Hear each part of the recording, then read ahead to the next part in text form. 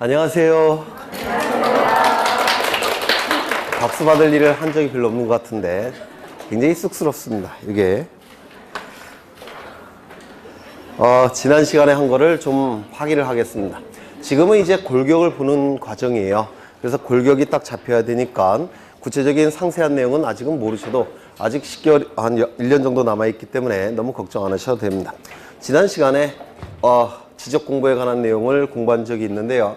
이 지적 공부는 총 8가지가 있습니다. 8가지. 먼저 종이로 만들어진 지적 공부가 있었죠. 가시적 지적 공부라고 불렀습니다. 가시적, 눈으로 볼 수 있는 지적 공부란 뜻이에요. 종이로 만들어졌다는 뜻입니다. 이 가시적 지적 공부는 3가지 형태가 존재했죠. 첫 번째 대장 형태, 두 번째 도면 형태, 세 번째 경계점, 좌표, 등록부. 대장 형태는 4가지가 있죠. 토지대장, 임야대장.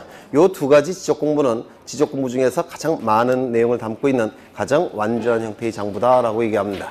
그리고 특수한 토지가 나타났다고 했죠. 특수한 토지가 나타나서 거기에 대한 정보를 담고 있는 장부가 나타나게 됩니다. 뭡니까? 공유지역명부, 대지권, 등록부. 그래서 대장 형태의 지적 공부는 4가지가 있습니다. 토지대장, 임야대장, 공유지역명부, 대지권, 등록부. 도면 형태는 2가지가 있죠. 지적도, 임야도. 대장 형태와 도면 형태의 성격을 다 가지고 있는 경계점, 좌표, 등록부가 있었습니다. 이렇게 가시적 지적 공부는 7가지가 있죠. 그 다음에 이를 정보 처리 시스템에 기록 저장한 지적 공부. 그렇죠. 불가시적 지적 공부, 즉 컴퓨터 파일 형태의 지적 공부가 있었죠. 기억나십니까? 이건 하나로 봅니다. 그래서 총 8개의 지적 공부가 있었는데 이 각각의 지적 공부에 등록되는 내용이 2문제 정도가 출제가 돼요. 12문제 중에서 2문제니까 굉장히 출제 빈도가 높은 겁니다. 먼저 소재 집어는 모든 지적 공부에 다 등록한다고 했습니다. 맞습니까? 소재 집어는 모든 지적 공부. 그 다음에 지목이 등록되는 지적 공부는 4가지가 있었죠. 뭐가 있었습니까? 토지대장, 임야대장, 지적도, 임야도. 기억나십니까? 또한 이 지목이 등록되는 지적 공부와 축척이 등록되는 지적 공부는 일치했죠. 맞습니까? 따라서 암기 안 되셔도 괜찮아요. 아직 1년이나 남았으니까 흔적만 있으시면 돼요. 다시요. 지목이 등록되는 지적 공부는 4개였죠. 토지대장, 임야대장. 여기는 어떻게 등록한다고 했습니까? 정식 명칭으로. 그렇죠. 지적도, 임야도에는 부호로. 맞습니까? 24개는 두문자, 4개는 차문자. 차문자는 차, 장, 천, 원. 차는 주차장, 장은 공장용지, 천은 하천, 원은 유원지. 그렇죠. 지목이 등록되는 지적 공부와 축척이 등록되는 지적 공부는 일치했기 때문에 축지법 이렇게 외우시라고 했죠. 축척이 등록되는 지적 공부와 지목이 등록되는 지적 공부 일치합니다. 따라서 축척은 토지대장, 임야대장, 지적도, 임야도가 등록이 될 겁니다. 면적이 등록되는 지적 공부는 딱 2가지가 있었습니다. 뭡니까? 토지대장과 임야대장. 경계가 등록되는 지적 공부, 경계는 직선이죠. 따라서 그림 형태니까 그림 형태의 지적 공부, 지적도, 임야도. 좌표값은 좌표, 등록부. 그리고 소유자에 관한 정보, 이름, 주민번호, 주소가 등록되는 지적 공부. 소유자에 관한 정보는 전부 다 문자 형태죠. 따라서 문자 형태의 지적 공부인 토지대장, 임야대장, 공유지역명부, 대지권, 등록부에 소유자에 관한 정보를 등록한다라고 했습니다. 얼핏 기억은 나시죠? 그렇죠. 그 다음에 이 무엇을 공부하셨냐면 토지 이동에 대해서 공부하신 적이 있어요. 토지 이동. 토지 이동은 일반적 토지 이동, 특수한 토지 이동 둘로 나눴었는데 일반적 토지 이동 뭐가 있었을까요? 신규 등록, 등록 전환, 분할, 합병, 지목 변경, 바다가 된 토지의 등록 말소.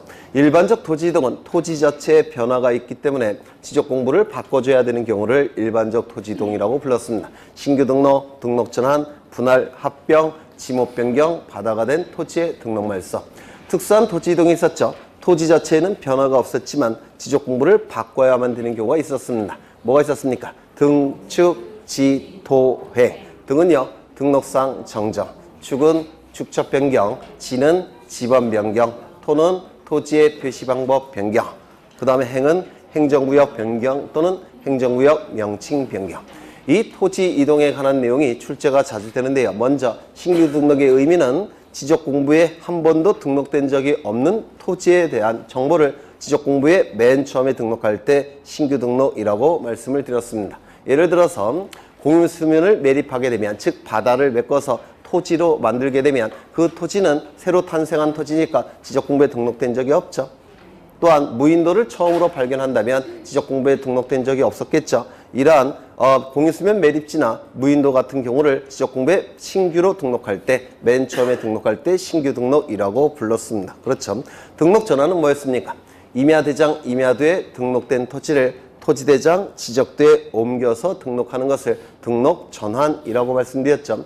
토지는 거래가 활발히 이루어지는 토지, 따라서 효율성을 높일 필요가 있는 토지, 또한 효율적 관리가 필요한 토지는 총 18개의 지목의 토지인데 어디에 등록한다고 했죠? 토지대장, 지적도에. 거래가 잘 안 되는 토지, 따라서 효율적 관리가 필요 없는 토지, 효율성을 높일 필요가 없는 토지는 임야대장, 임야도에 등록한다고 했습니다. 임야대장, 임야도에 등록되는 지목의 토지는 10개예요. 그 다음에 토지대장, 지적도에 등록되는 지목의 토지는 18개. 그래서 이 10개의 지목이 18개의 지목으로 바뀔 때 더 이상 임야대장, 임야도에 등록해서 공시할 수는 없죠. 이때 등록 전환이 나타난다고 했습니다. 기억나십니까? 네, 정확하게 안 넣으셔도 괜찮아요. 다시요.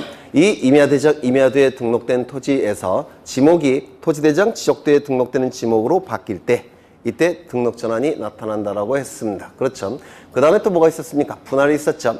한 필지 토지를 두 필지로 나눠서 지적공부에 등록하는 것을 분할이라고 했고, 이 분할은 소유자의 자유의사에 의해서 분할 여부가 결정이 될 겁니다. 반대는 뭐였죠? 합병.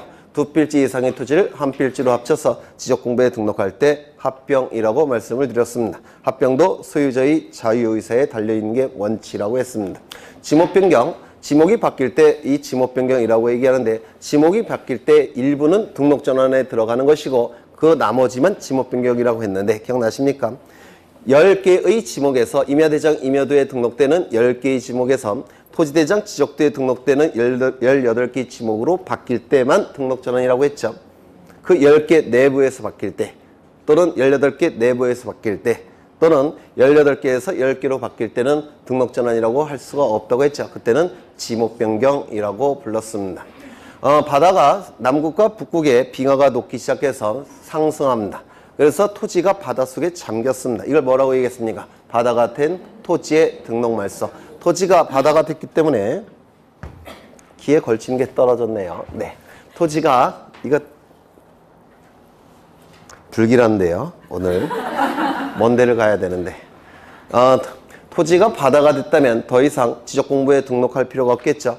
따라서 지적공부에 등록된 내용을 말소시키는 거, 바다가 된 토지의 등록 말소라고 불렀습니다.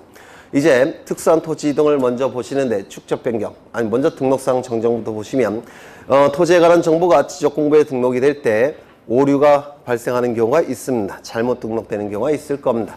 이때 이를 고치는 거, 이를 등록상 정정이라고 했죠. 이 등록상 정정은 원칙은 뭡니까? 소유자의 신청이 있는 경우에만 지적소관청은 정정해 줄 수 있습니다. 다만 예외적으로 10가지 경우에는 소유자의 신청이 없을지라도 지적소관청은 직권으로 정정할 수 있다고 했습니다. 이 10가지의 공통점이 2가지가 있었는데 뭐라고 했습니까? 명백한 자료가 있는 경우, 또한 어느 누구에게도 손해가 발생하지 않는 경우, 이때 안에서 소유자의 신청이 없을지라도 지적소관청은 직권으로 정정할 수 있다고 했습니다. 축적 변경, 소축적의 지적도에서 대축적의 지적도로 바꿔서 등록하는 것을 축적 변경이라고 얘기했는데요. 이 축적 변경이 만들어진 취지는 2가지였죠. 도면의 정밀도를 높이기 위해서, 두 번째는요, 도면의 통일성을 도모하기 위해서 축적 변경 제도가 만들어졌습니다. 그렇다면 대축적에서 소축적으로 바뀌는 것은 도면의 정밀도가 떨어지겠죠. 따라서 이는 축적 변경이라고 얘기하지 않습니다. 기억나십니까? 대축적에서 소축적으로 바뀌는 것은 도면의 정밀도가 오히려 떨어지기 때문에 축적 변경이라고 얘기하지 않습니다. 또한 임야도에서는 축적 변경이 나타나지 않는다고 그랬죠. 임야도에 등록된 토지는 정밀도를 높일 필요가 없습니다. 따라서 지적도에서만 나타난다고 했습니다. 그 정도 보신 것 같아요. 또 뭐가 있었죠?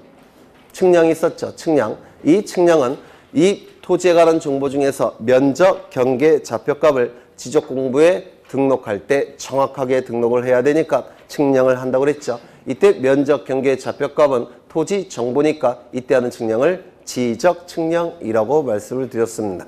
토지에 관한 정보 중에서 면적, 경계, 좌표값을 지적공부에 등록할 때 지적측량을 한다라고 했습니다. 또한 이 지적공부에 등록된 면적 경계 좌표값을 지표상에 복원할 때도 측량을 한다고 했는데 혹시 기억나십니까? 네, 면적 경계 좌표가 지적공부에 등록된 상태인데 토지 위에 이를 복원할 때도 정확하게 복원을 해야 됩니다. 이때도 지적 측량을 한다고 했습니다. 이때 이 복원 단계의 측량의 특징이 4가지가 있었는데 혹시 기억나십니까? 첫 번째, 등록할 때와 같은 방법으로 측량한다는 거. 두 번째, 검사 측량이 필요 없다는 거. 세 번째, 지적 정리가 필요 없다는 거. 네 번째, 면적 측정도 할 필요가 없다는 거. 이런 복원 단계의 측량은 2가지를 기억하셔야 되는데 첫 번째 뭐가 있었습니까? 경계 복원 측량. 두 번째, 지적 현황 측량. 그렇죠. 굉장히 고급스러운 내용을 지금 하시는 거예요.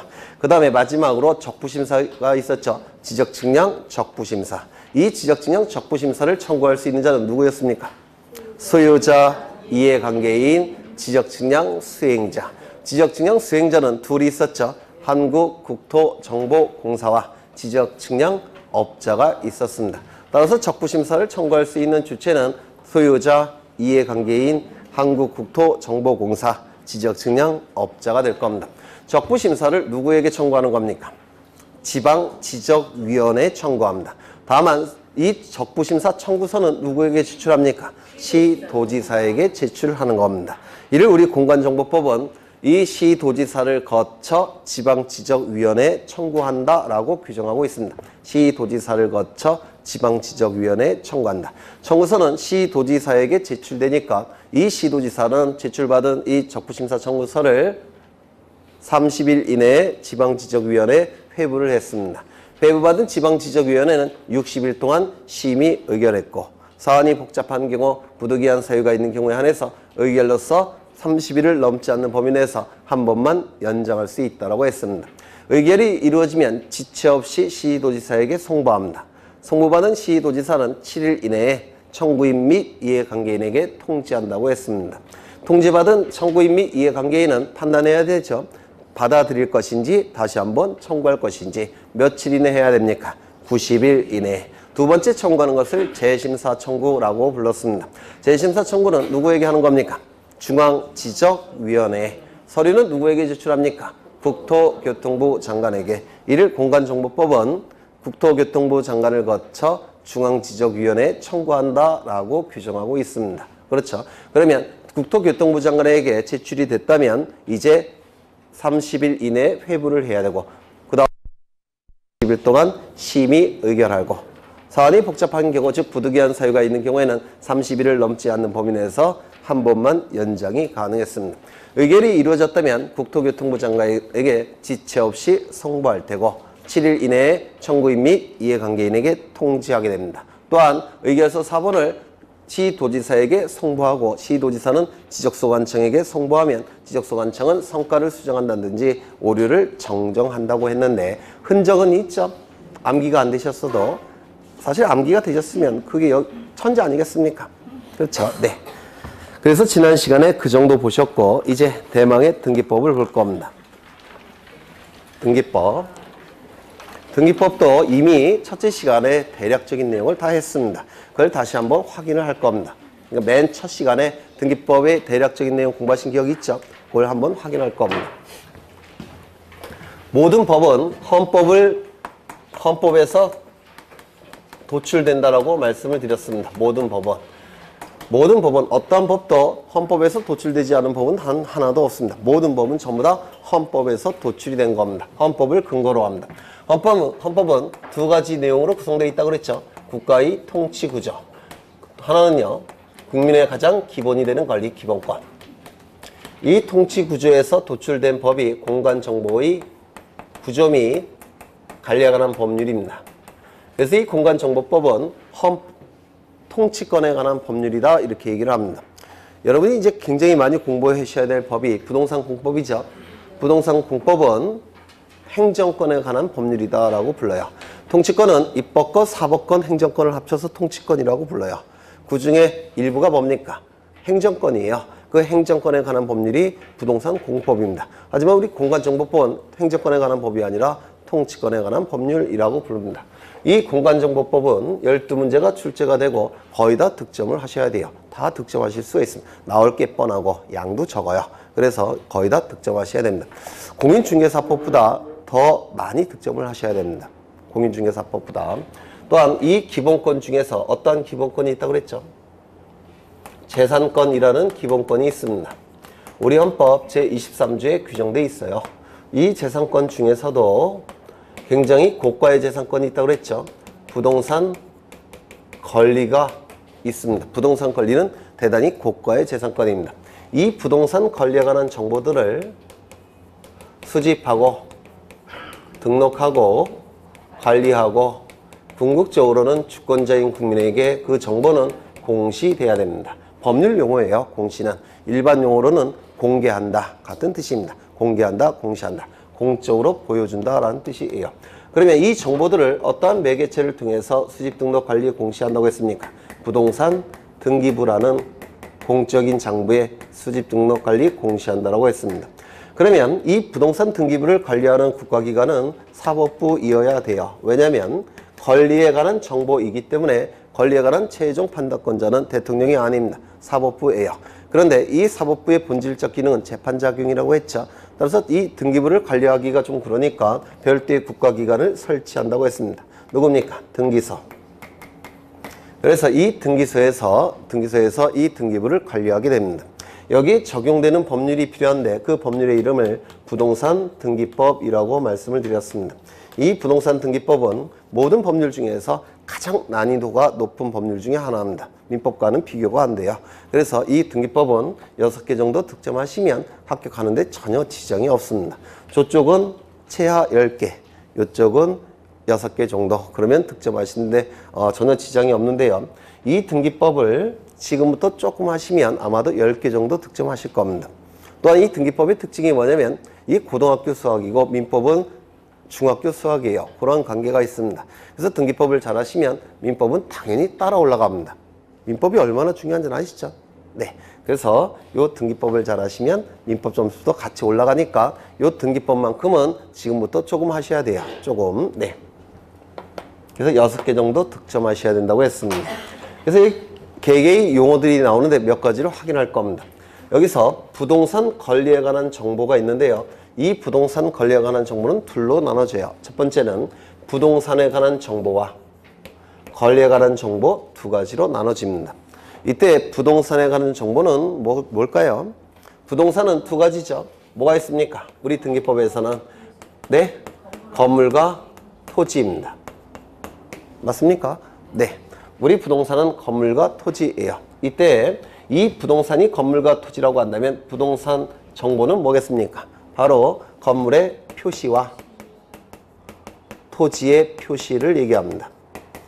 이 건물의 표시는 뭐가 있었죠? 소재, 대지 지번, 건물의 종류, 건물의 구조, 건물의 면적. 기억나십니까? 소, 지, 종, 구, 면 이렇게 였죠. 이따가 다시 볼 겁니다. 토지의 표시는 뭐가 있었죠? 소재, 지번, 지목, 면적. 그렇죠. 이러한 부동산 정보는 등기부의 어디에 기록한다고 했습니까? 그렇죠. 등기부의 제목을 표시하는 부분에 기록하는 겁니다. 제목을 표시하는 부분을 표제부라고 부릅니다. 그래서 이 표제부는 겉표지에 해당이 되는 거예요. 공책 같은 경우 겉표지 있죠.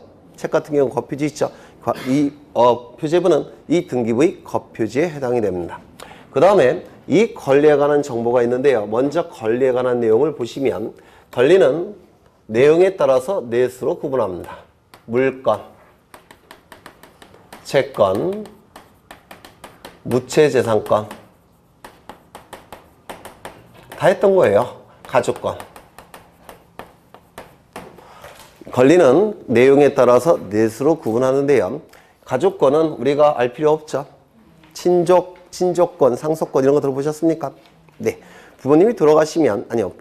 자식에 대한 부모의 권리를 친권, 친족권 이렇게 불러요. 상속권은 뭡니까? 부모님이 돌아가시면 상속받을 수 있는 권리. 그걸 합쳐서 가족권이라고 부릅니다. 민법에서 하셨을 거예요. 우리 등기와는 전혀 관련이 없습니다. 무채재산권, 형체가 없는 재산에 대한 권리를 무채재산권이라고 부르는데요. 특허권, 같은 걸 얘기하는 겁니다. 또 뭐가 있을까요? 특허권, 실용신안권, 저작권 이런 것들을 얘기합니다. 다 형체가 없는 권리들이에요. 근데 우리 등기법에서 필요한 것은 이거죠.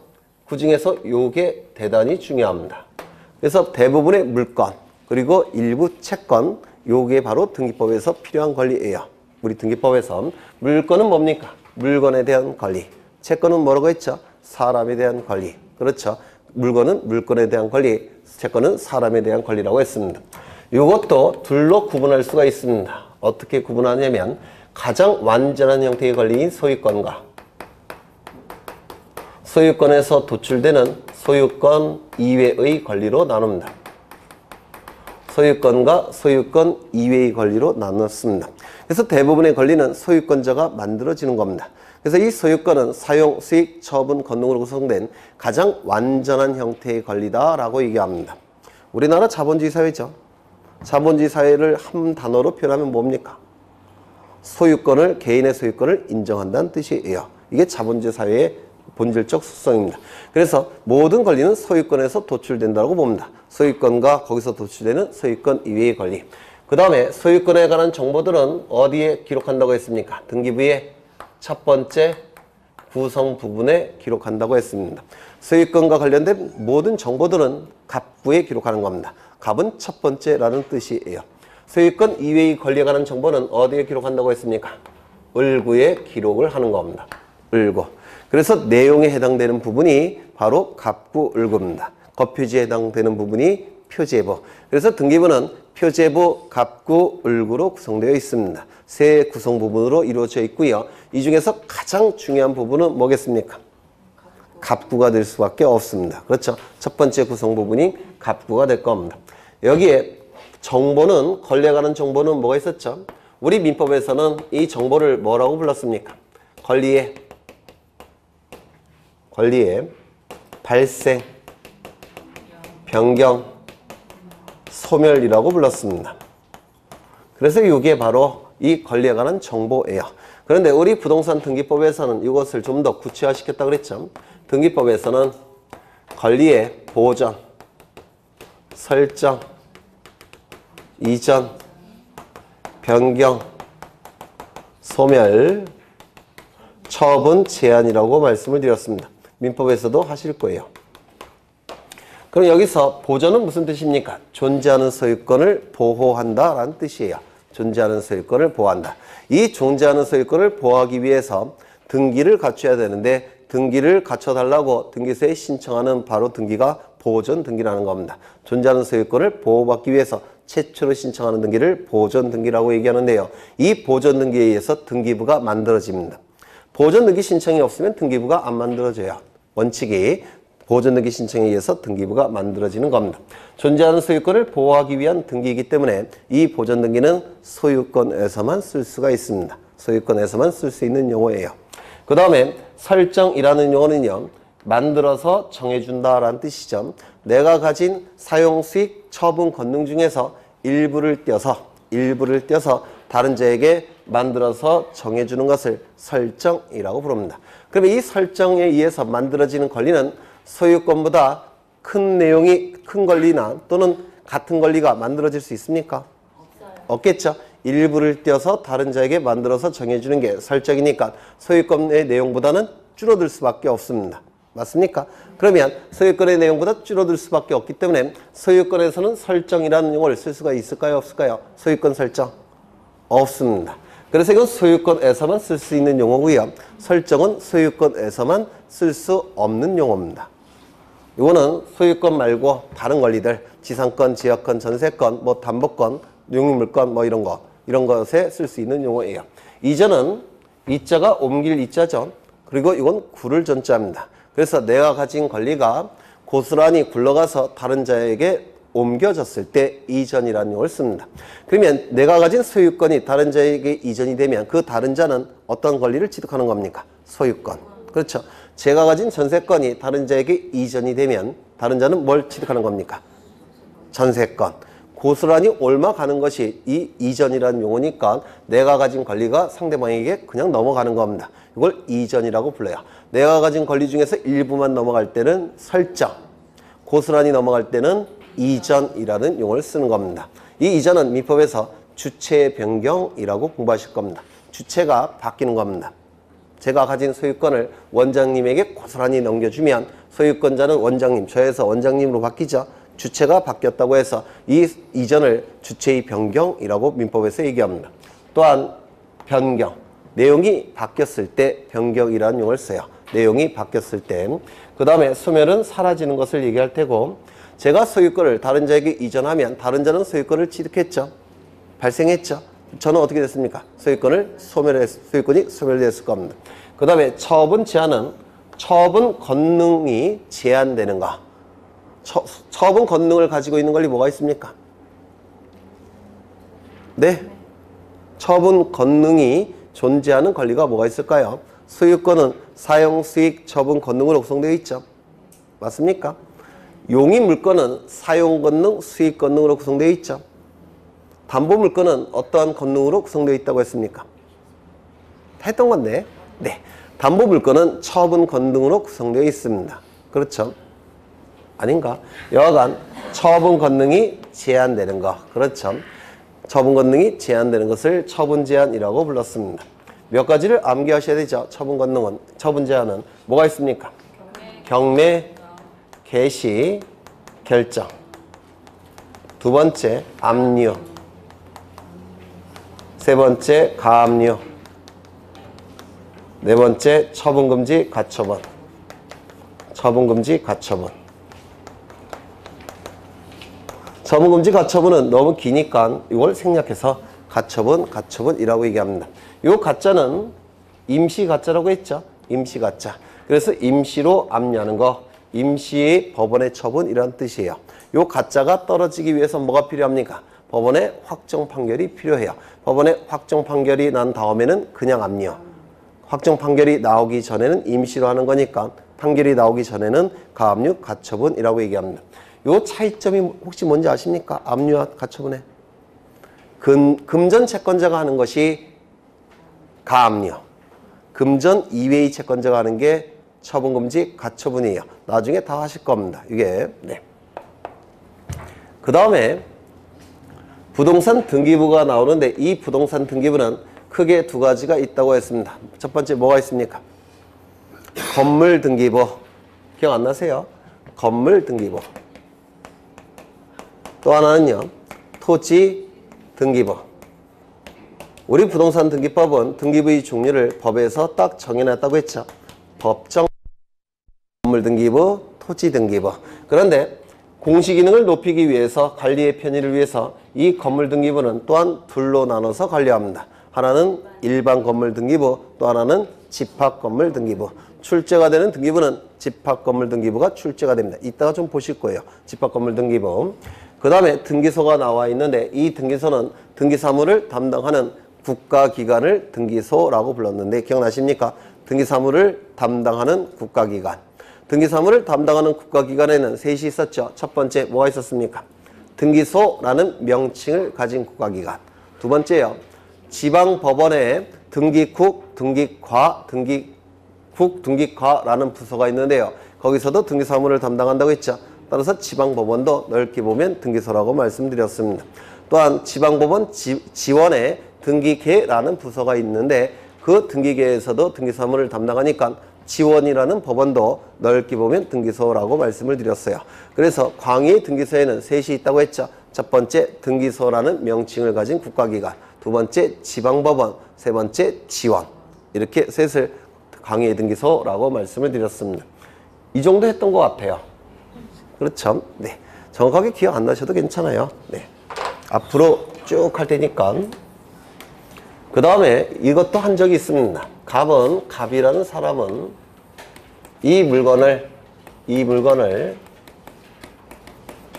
직접 독점적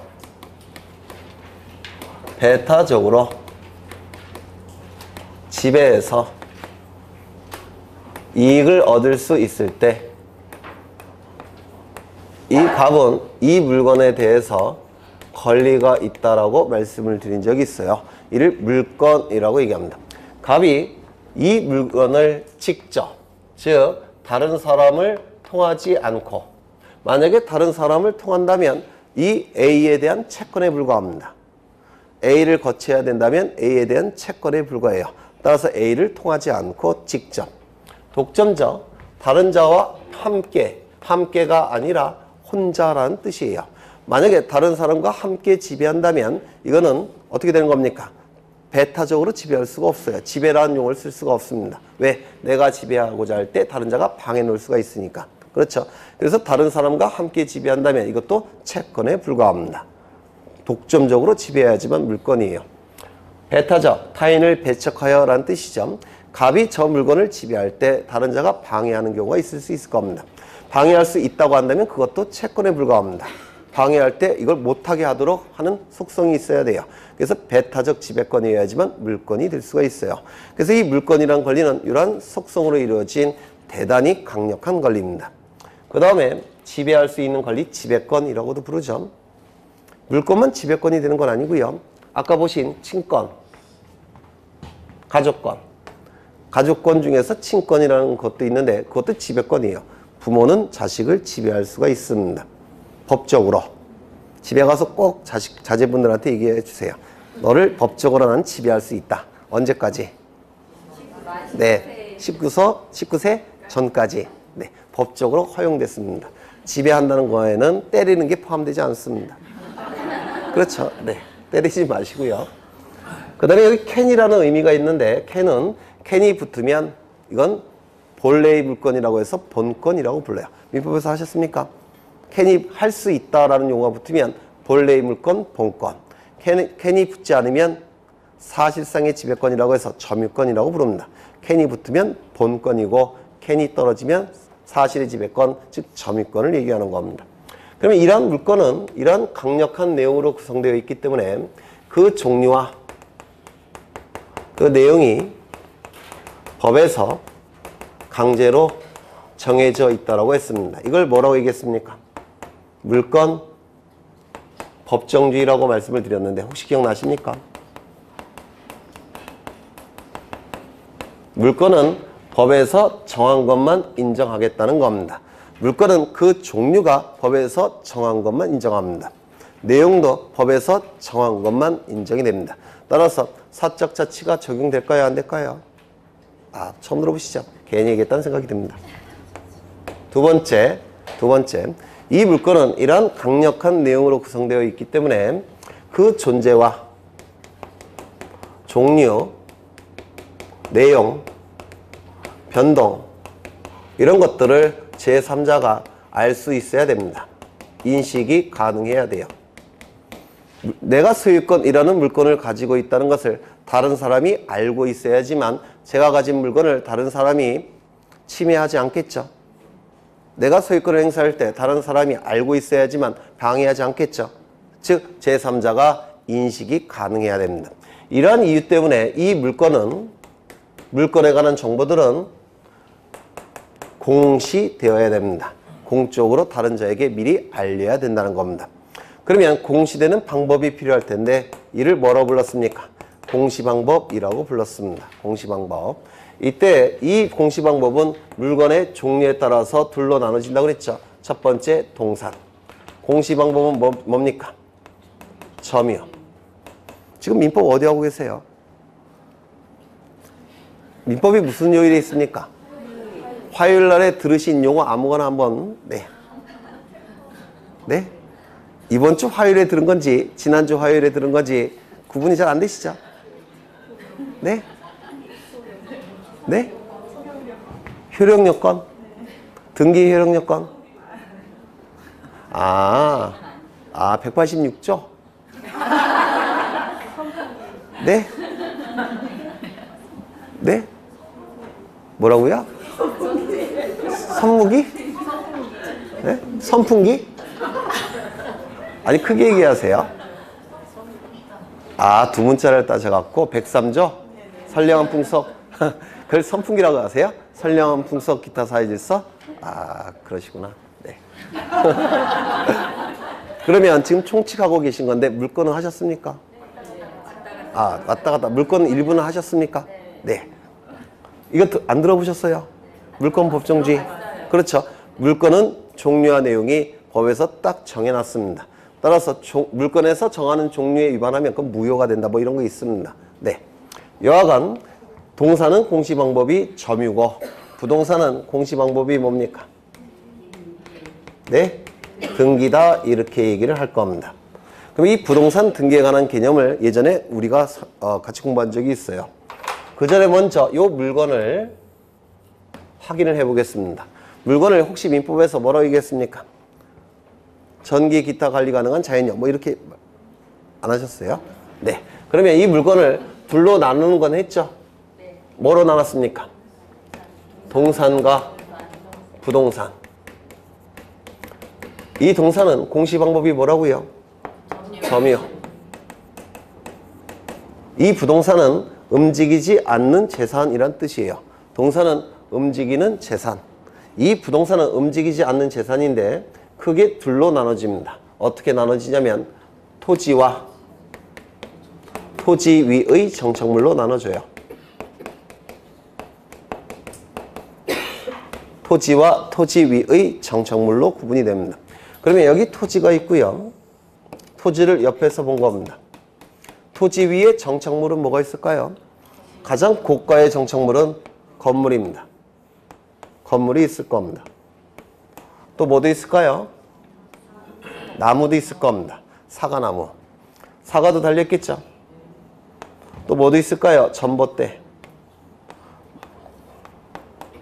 뭐 육교도 있을 겁니다. 이건 전부 다 토지 위의 정착물인데요. 전부 다 움직입니까? 움직이지 않습니까? 움직이지 않죠. 이건 전부 다 부동산입니다. 전부 다 움직이지 않는 부동산이에요. 사과도 부동산이에요. 이게 움직이는 범위가 제한되어 있기 때문에 통설과 판례는 부동산으로 옵니다. 물론 떨어지면, 베어지면 동산이 될 겁니다. 그렇겠죠? 네. 그러면 이 전부 다 부동산인데요. 우리 등기법에서 필요한 부동산은 하나만 필요합니다. 여기서. 뭐가 필요합니까? 이것만 필요합니다. 왜? 등기부는 토지 등기부만 존재하기 때문에 그렇습니다. 임목 등기부라는 거 혹시 들어보셨습니까? 근데 임목 등기부는 실질적으로 거의 존재하지 않아요. 그리고 임목이 되기 위해서는 굉장히 엄격한 요건이 있습니다. 그 엄격한 요건을 충족하는 나무들이 별로 없어요. 그래서 거의 필요가 없습니다. 그래서 이것만 필요합니다. 건물만. 그러면 토지 위의 정착물도 둘로 나눠질 겁니다. 토지 위의 정착물도 둘로 나눠질 거예요. 뭐로 나눠질까요? 건물과 건물 이외의 정착물로 나눠질 겁니다. 구분하는 기준은 뭐였습니까? 등기부가 있는 건물과 등기부가 없는 건물 이외의 정착물 이렇게 둘로 나눠지는 겁니다. 그래서 이 부동산은 토지와 건물과 건물 위의 정착물로 나눠지는데요. 이거는 등기가 불가능하죠. 등기부가 없으니까. 이거는 등기 가능하죠. 이것도 등기가 가능할 겁니다. 이건 등기가 안 될 겁니다. 그렇죠. 그러면 등기가 가능한 건물과 등기가 불가능한 건물 위의 정착물을 구분해야 됩니다. 이 두 가지를 구분해야 돼요. 그러면 구분하는 기준이 있을 텐데 이 기준을 오늘 외우셔야 됩니다. 건물과 건물 이외의 정착물을 구분하는 기준이 암기가 되셔야 돼요. 이게 첫 번째, 땅에 딱 정착되어 있어야 됩니다. 정착성. 즉 일정한 기간 동안 토지 위에 고착되어 있어야 된다는 뜻이에요. 그래야지만 뭐가 되는 겁니까? 동산이 제거가 되는 겁니다. 그래야지만 부동산의 자격을 갖추는 겁니다. 그렇죠? 두 번째, 바깥의 공기와 안의 공기가 분단된 성질이 있어야 됩니다. 이를 외기 분단성이라고 불러요. 왜? 바깥의 공기란 뜻이에요. 바깥의 공기와 안의 공기가 분단된 성질이 있어야 됩니다. 그러면 외기 분단성이 있기 위해서는 뭘 갖춰야 될까요? 사방에 벽이 있어야 될 겁니다. 벽이 없다면 출입문이라도 있어야 될 겁니다. 아니면 유리창이라도 있어야 될 겁니다. 그래서 사방에 벽이 있어야 돼요. 또 뭐가 필요할까요? 지붕까지 갖춰야 됩니다. 이걸 외기분단성이라고 불러요. 민법상의 건물 혹시 공부하신 적 있습니까? 없으세요? 민법상의 건물은 사방에 벽이 있을 필요가 없어요. 주벽만 있으면 됩니다. 민법에서 건물은. 왜냐면 민법에서의 건물은 뭐가 중요하냐면 소유권자를 결정할 때 그게 필요해요. 하지만 우리 등기법상 건물은 등기부가 있느냐 등기부가 없느냐 이거를 구별하기 위해서 필요한 거니까 건물이 완성될 것을 요구합니다. 민법상의 건물은 건물이 완성될 필요가 없어요. 하지만 우리 등기법상의 건물은 외관상 완성이 돼야 되니까 사방에 벽이 있어야 되고 지붕까지 갖춰야 됩니다. 이를 외기 분단성이라고 부릅니다. 민법상의 건물이 개념과 다르다고 해서 뭐라고 그러시면 안 돼요. 개념 자체가 처음부터 다른 겁니다. 그 다음에 세 번째, 용도성을 갖춰야 됩니다. 이 용도성은 뭘 의미하느냐면요. 어떤 사람이 숙박업을 하고 싶습니다. 숙박업을. 그러면 숙박업을 영위하기 위한 건물이 있어야 되겠죠. 맞습니까? 그러면 숙박업 용도로 사용하기 위한 건물이 있어야 되는데요. 첫 번째, 땅에 딱 붙어 있어야 될 겁니다. 정착성. 두 번째, 사방에 벽이 있어야 될 겁니다. 그리고 지붕까지 갖춰야 될 겁니다. 그리고 숙박업 용도로 사용하기 위해서는 뭐가 필요합니까? 객실이 있어야 되지 않겠습니까? 객실. 그래서 객실까지 다 갖춰줘야 돼요. 객실. 그게 바로 용도성이라고 얘기하는 겁니다. 그러면 이건 결국은 요 외기분단성은 뭐냐면 외관상 건물이 완성될 것을 요구하는 것이고요. 요 용도성은 뭘 요구하는 겁니까? 내부상 건물이 완성될 것을 요구하는 겁니다. 쉽게 해서 건물이 완성이 돼야지만 등기부가 존재할 수 있다는 겁니다. 건물이 완성돼야지만. 요거 이해가 되십니까? 그렇죠. 요거는 동상과 구별되는 특징이고요. 요거는 외관상 건물이 완성될 걸 요구하는 것이고요. 요거는 내부적으로도 건물이 완성될 걸 요구하는 겁니다. 그래야지만 건물이 완성이 돼서 등기부가 존재할 수 있다는 겁니다. 오늘 외우고 가셔야 돼요. 예전엔 잘 출제를 안 하다가 요즘은 법무사 시험을 가지고 와서 이걸 출제합니다. 요 세 가지를. 이걸 외우시기 싫으시면 나중에 한 30개 외우시던지, 네. 표로 30개를 외우시던지 아니면 요 세 개를 외우시던지, 네. 세 개를 외우시면 곤란할 수가 있어요. 첫 번째 뭐라고요? 정착성. 두 번째, 외관성 완성이 돼야 되니까 외기 분단성. 바깥의 공기란 뜻이에요. 바깥의 공기와 안의 공기가 딱 분단돼야 되니까 사방에 벽이 있어야 되고 지붕이 있어야 된다는 뜻입니다. 세 번째, 용도성. 그렇죠. 내부적으로 완성이 돼야 된다는 뜻이에요. 그래야지만 완성이 됐을 테고 등기부가 존재할 수가 있더라는 겁니다. 꼭 외워두셔야 돼요. 여러분이 신뢰하지 못하니까 다시 한번 외우고 가겠습니다. 첫 번째, 정착성. 정착성. 두 번째, 외기 분단성. 세 번째, 용도성. 네, 그렇게 기억하시면 될 겁니다. 이건 다 민법에서 하시는 것들이고요. 그 다음에 이제 부동산 등기의 개념을 암기하셔야 되는데 부동산 등기의 개념도 예전에 한 적이 있어요. 첫 번째, 등기는 누가 하는 겁니까? 등기소에 있는 등기관이 하는 거라고 했습니다. 만약에 대통령이 등기를 한다고 한다면 그 등기는 효력이 있습니까? 없습니다. 당연히 무효입니다. 절대 무효, 당연 무효라고 불러요. 대법원장, 사법부 수장인 대법원장이 등기를 해줬다면 이거 등기 효력이 있겠습니까? 없습니다. 이것도 당연 무효, 절대 무효라고 불러요. 이것도 예전에 기출된 지문이 있습니다. 그래서 반드시 등기소에 있는 등기관만이 등기를 할 수가 있습니다. 누가 해야 된다고요? 등기소에 있는 등기관이. 누가? 등기소에 있는 등기관이. 두 번째, 무엇을 등기합니까? 부동산에 관한 정보와 권리에 관한 정보를 등기한다고 했죠. 무엇을? 부동산에 관한 정보와 권리에 관한 정보를. 부동산에 관한 정보는 뭐였습니까? 부동산 표시. 권리에 관한 정보는 권리 변동. 그렇겠죠. 권리관계에 관한 변동을 공시하는 겁니다. 이 부동산은 두 가지가 있죠. 뭐가 있었습니까? 건물과 토지가 있었죠. 아까 한 거예요. 계속 반복하는 겁니다. 암기될 때까지. 그래서 건물의 표시는 뭐가 있었습니까? 소재, 대지 지번, 건물의 종류, 건물의 구조, 건물의 면적을 얘기하는 겁니다. 종류는 빌딩이냐, 아파트냐, 또는 일반 건물이냐, 뭐 이런 걸 얘기하고요. 종류는 철근 콘크리트로 지었느냐, 벽돌로 지었느냐, 흙으로 지었느냐, 나무로 지었느냐 이런 걸 얘기합니다. 면적은 넓이를 얘기하겠죠. 요 세 가지를 건물의 내역이라고 부릅니다. 건물의 내역. 건물의 내역, 종류, 구조, 면적을 얘기합니다. 토지의 표시는 뭐가 있습니까? 소재, 지번, 지목, 면적을 얘기합니다. 지적공부에 등록되는 토지의 표시는 뭐가 있었죠? 소재, 지번, 지목, 면적, 경계, 좌표. 그렇죠. 그래서 지적공부에 등록되는 토지의 표시는 경계 좌표가 포함되어 있지만 등기부에 등기가 되는 토지의 표시는 경계 좌표가 빠져 있습니다.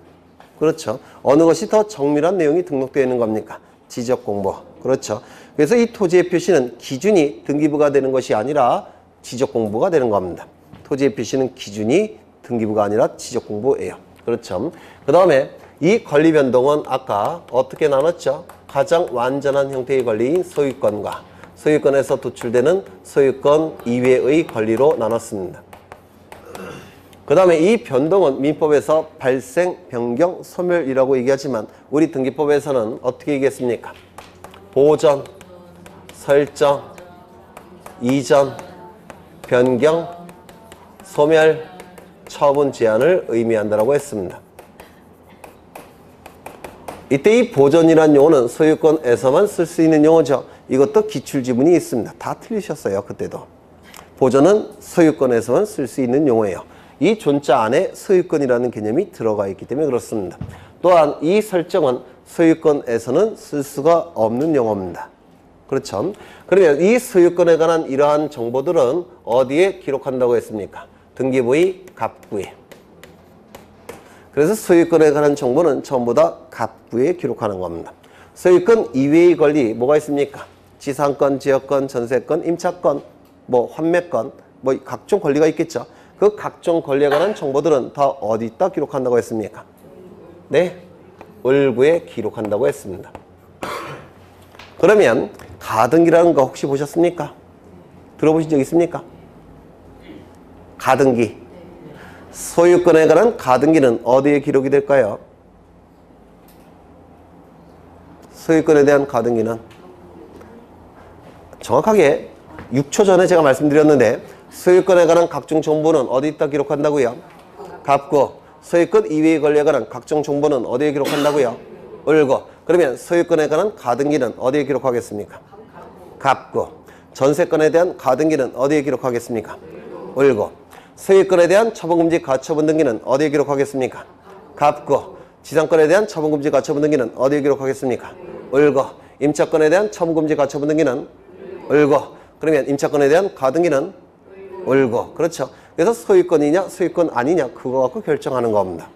왜 아니에요? 네, 그렇죠. 그 다음에 이거는 어디에 기록한다고 했죠? 표제부. 그래서 등기부는 세 부분으로 구성되어 있다고 그랬죠. 표제부는 겉표지. 소유권에 관한 정보는 갑구, 소유권 이외의 권리는 을구. 그렇죠. 이렇게 세 부분으로 구성되어 있습니다. 이 권리는, 각종 권리는 눈에 보입니까? 보이지 않습니까? 안 보여요. 그래서 권리의 속성 중에 하나가 추상성입니다. 눈에 보이지 않습니다. 그런데 이런 것들은 눈에 보입니까? 안 보입니까? 보이죠. 따라서 표제부에는 눈에 보이는 객관적 사실이 기록이 된다고 해서 이 표제부에 이루어지는 등기를 사실의 등기라고 부릅니다. 그리고 갑구, 을구에 이루어지는 등기는 눈에 보이지 않는 추상적 내용이 기록이 된다고 해서 권리의 등기라고 불러요. 이렇게 부릅니다. 다 했던 거예요. 네. 그 다음에 누가 등기소에 있는 등기관이 무엇을 부동산 표시와 권리에 관한 정보들을 어디에다가 부동산 등기부에다가 부동산 등기부는 어떻게 구성되어 있죠? 표제부, 부동산 표시사항을 기록하는 표제부. 그렇죠. 그 다음에 갑구, 그리고 을구. 세 부분으로 구성된 것이 부동산 등기부입니다. 이 부동산 등기부는 크게 둘로 나눠져 있다고 했죠. 뭐가 있습니까? 건물 등기부. 외울 때까지 할 겁니다. 나중에는 이런 거 안 해요. 네. 또 하나 뭐가 있습니까? 토지 등기부. 등기부의 종류는 딱 두 가지가 있다고 그랬죠. 이 건물 등기부는 공시 기능을 높이기 위해서 두 가지로 나눠서 관리한다고 했죠. 뭐가 있었습니까? 일반 건물 등기부. 또 하나는 집합 건물 등기부. 이 집합 건물 등기부는 무조건 한 문제가 나옵니다. 여기서 출제되는 등기부 출제 안 됩니다. 출제 안 돼요. 이게 출제가 됩니다. 이게 왜 출제가 되느냐면 이 두 개의 등기부는 등기부의 구성이 표제부, 갑구, 을구로 구성되어 있습니다. 그런데 집합건물 등기부는 요것과 좀 달리 구성되어 있어요. 그래서 이 집합건물 등기부가 출제가 됩니다. 요 두 가지는 표제부, 갑구, 을구로 구성되어 있는데 집합건물 등기부는 표제부, 갑구, 을구 플러스 또 다른 것으로 구성되어 있습니다. 그래서 출제가 이루어져요. 이따가 좀 보실 겁니다. 그 다음에 네 번째 뭐였습니까? 부동산 등기법이 정하는 절차가 있다고 그랬죠. 부동산 등기법이 정하는 절차에 따라서 등기가 이루어진다고 했습니다. 부동산 등기법이 정하는 절차는 뭐였느냐면 등기를 신청하게 되면 등기소에서 접수를 하게 되고 접수를 한 다음에 조사를 해봅니다. 조사를 한 다음에 뭘 한다고 했습니까? 빠진 내용이 없다면 등기를 실행하는 것이고 빠진 내용이 있다면 등기를 각하하게 됩니다. 이 각자는 무릎 각자예요. 하는 아래 하자입니다. 그래서 등기 신청 정보를 등기관이 무릎 밑으로 던져버리는 거 이를 각하한다라고 얘기합니다. 무릎 밑으로 던진다는 뜻이에요. 일본식 용어입니다. 우리나라 말로 등기 신청을 거부하는 결정을 얘기하는 겁니다. 거부행위, 각하 결정. 등기를 실행한다는 얘기는 뭐냐면 등기가 신청이 될 겁니다. 신청할 때는 등기 신청 정보를 등기소에 제출합니다. 예전에는 신청서라는 용어를 썼는데요. 지금은 신청 정보라는 용어를 씁니다. 신청 정보를 등기소에 제공하면 등기관은 신청 정보의 내용을 보고서 등기부에 옮겨 적습니다. 그래서 등기관이 하는 역할은 여기의 내용을 이쪽에 옮겨 적는 거예요. 이를 등기를 실행한다 이렇게 얘기를 합니다. 그러면 등기가 실행이 됐으면 등기관은 뭘 해야 될까요? 제대로 옮겨 적었는지 확인해야 되겠죠. 빠진 내용이 있는지 여부 확인하겠죠. 틀린 내용이 있는지 확인해야 되겠죠. 즉 신청 정보의 내용과 등기부에 적힌 내용이 정교하게 합치되는지 여부를 따져봅니다. 이를 교합 처리한다라고 얘기합니다. 신청 정보의 내용과 자신이 옮겨 적은 등기부의 내용이 정교하게 합치되는지 여부를 따져보는 거 교합 처리한다라고 얘기해요. 이것도 일본식 용어라서 좀 생소합니다. 정교하게 합치된다라는 뜻이에요. 교합 처리가 됐다면 이제 제대로 옮겨 적은 거죠. 맞습니까? 옮겨 적은 다음에 어떻게 해야 되겠습니까? 신청인에게 등기가 완료되었음을 통지해 줍니다. 이를 등기 완료 통지라고 얘기합니다. 책에는 이것과 좀 달리 되어 있는데요. 이게 맞습니다. 네, 이게 맞는 거예요. 그래서 예전에는 이걸 출제를 많이 했습니다. 근데 지금은 전자신청이라는 게 나타났어요.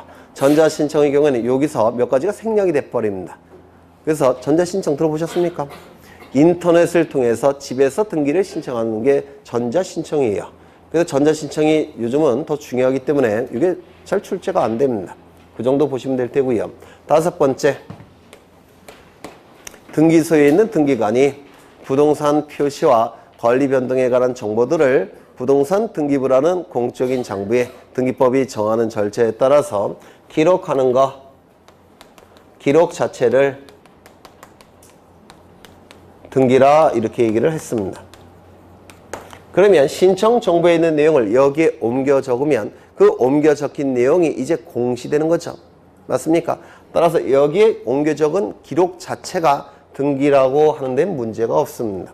그런데 우리 대법원에서는 요 옮겨 적는 과정, 행동 이것도 부동산 등기로 봅니다. 기록하는 거. 이것도 부동산 등기로 봐요. 사법시험에 한번 출제됐다 그랬죠? 네, 이것도 기억해 두셔야 합니다. 대법원 판례입니다.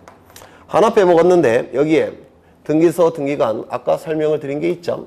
등기소는 등기사무를 담당하는 국가기관. 등기사무를 담당하는 국가기관 셋 뭐가 있었습니까? 등기소, 지방법원, 지원. 등기관은 뭐였습니까?